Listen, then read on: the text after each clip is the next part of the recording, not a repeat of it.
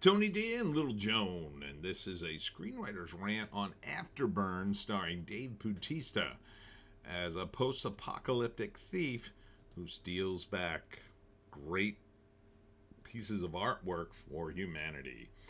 Smash like and subscribe. Thank you for smash liking and subscribing.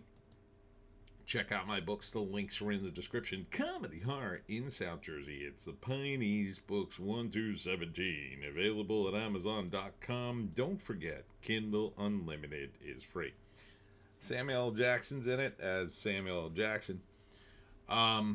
He's the guy who assigns Dave Batista the various pieces of art he will steal, and this time he's after the Mona Lisa. Now, this takes place in a world in which a solar flare knocked out all the power, and humanity was thrown back into a post-apocalyptic world. So it's not kind of like Mad Max in a heist movie.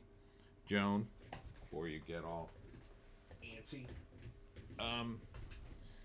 So the action looks pretty good. Samuel Jackson's doing his Samuel Jackson thing. I gotta say though, the weak link in this is Dave Batista. His acting is not great. Not great. He's okay. I always liked him as Dax and right? Always liked him as Dax in Guardian of the Galaxy. But Dax had a personality. The problem with these kinds of movies is Batista has to do more, right? In Guardians of the Galaxy, he gets a few one-liners. He can afford to be stupid. He doesn't have to explain any of the exposition or even be all that smart. He just has to be Drax. Sorry. And even in this shot, he doesn't look like, he's super muscular anymore. And if you've seen him in, in real life, it looks like he's kind of lost a lot of his muscles. So he doesn't exude the kind of Drax energy anymore, because Drax had no shirt. He just had a knife and ran around and was trying to kill people. And he had motivation too. He was trying to avenge his kid, I think, or his family. Batista in this is just sort of there. I think he's meant to be, a smarter than your average post-apocalyptic thief. And he doesn't really come off that way. He just comes off as he's just the current guy doing the current thing. And not for nothing, if you have a guy who in one scene shoots a bunch of dudes and then takes a couple out, using some moves, you don't necessarily have to be a muscle-bound maniac to do that, right? And Batista without his muscles, it's just not the same. When you have a guy all muscled out and he starts manhandling people and throwing them through windows and stuff, you're like, oh, cool, yeah, I could see that dude doing that. When it's just, a guy, he's not in bad shape, but he's not all muscled out. He's just Dave Batista. And so he's got to rely more on his acting, which, in my view, isn't that great. He's not emoting a lot here. He's just sort of there doing his thing. Now, some of the villains look pretty cool. I think you have the guy from Game of Thrones. If I can find a still of him. He's not in the trailer much.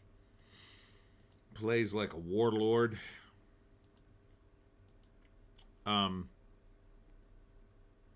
And then his sidekick is this girl who helps him out, and I think he's got this guy helping him too. It doesn't seem like,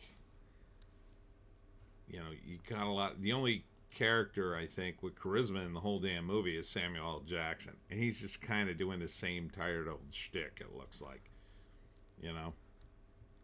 she looks okay, but a movie like this, and they're trying to put the comedy on Batista, and I think that's a mistake too. Like, as Drax, he's hilarious. In this, there's a scene where he gets mad because Samuel L. Jackson sends him to get the Mona Lisa, and now he's fighting all these dudes, and eventually he gets frustrated, like, oh, I have to go to get the Mona Lisa, blah, blah, blah. It's not a really strong comedy bit. I mean, it might have been the only one they could stick in the trailer that would have made sense out of context, but yeah. So would I see it? Maybe. I definitely wouldn't go to the theater for it, though. This is strictly a streaming movie. Seems kind of like a B-level movie. But it looks to have some good action in it. Some nice explosions. So it might be kind of watchable, but then again, that Army of the Dead movie was supposed to be watchable, and the clips I saw and the reviews I read sounded like no bueno. Let's drop into the IMDb, and I don't even know why it's called Afterburn. That would be like more of a, I don't know, astronaut movie or spaceship movie maybe. Afterburn, I guess, is a reference to the solar flare. It says, after a massive solar flare destroys the Earth's eastern hemisphere, an emboldened treasure hunter for hire adventures to Europe to uncover the coveted Mona Lisa, only to learn the world needs a hero more than it needs a painting. Okay, I'm not exactly sure what he's going to do. Director J.J. Perry. Writers Nimrod Antal, Scott Chitwood, and Paul Enns. Took 3 guys to write this movie. Yeah, maybe on streaming, I would say it. You know, it might be watchable. First act, he's stealing, I think, a Stradivarius violin for Samuel L. Jackson. Not sure where he's stealing it from, but a group of guys corner him in the place that he's robbing. He fights them off. He gets back to Samuel L. Jackson.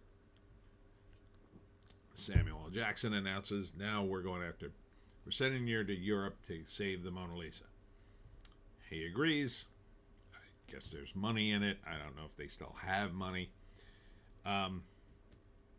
So he's going, and along the way he picks up the girl with the knife and the bandana. He runs into some problems, eventually gets the Mona Lisa, I'm guessing, and then has to escape Europe or France. And then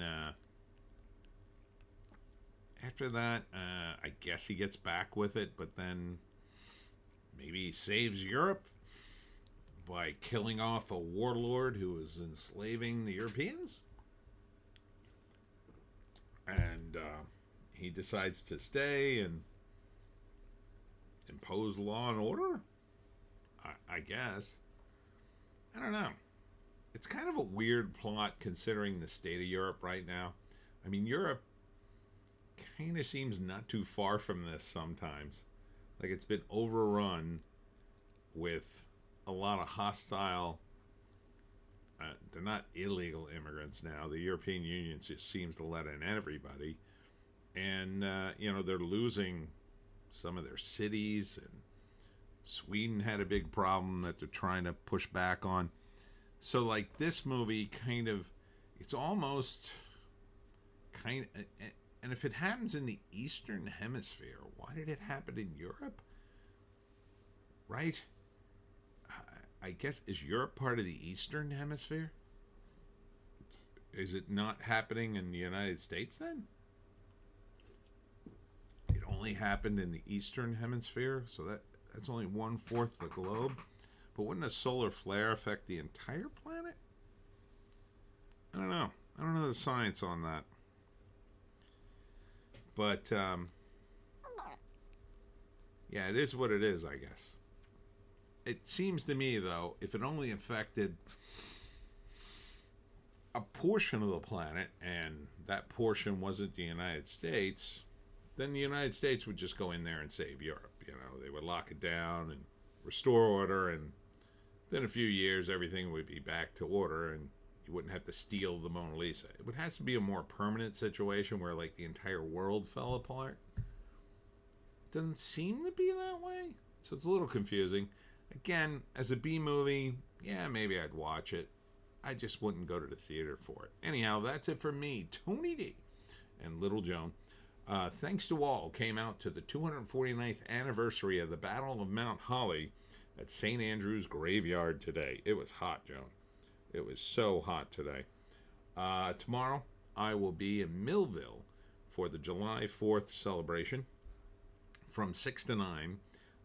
The vendors will be on Canal Street, so that's where I'll be. So catch me there, and hopefully stay for the fireworks. All right. Hope to see you there. I think I'm only going to do 2 videos tonight because it's already 2 a.m. and Joan's a little antsy. Aren't you a little antsy dog? So I think we're going to crash out. Right, Joan? You want to go bedtime? Probably not, since you've been sleeping all day. But we're probably going to crash out. So I'm just doing this video and then the news blast on Bitchute, Odysee, and Rumble. So tune in to that. Hope to see you there. We'll see you tomorrow.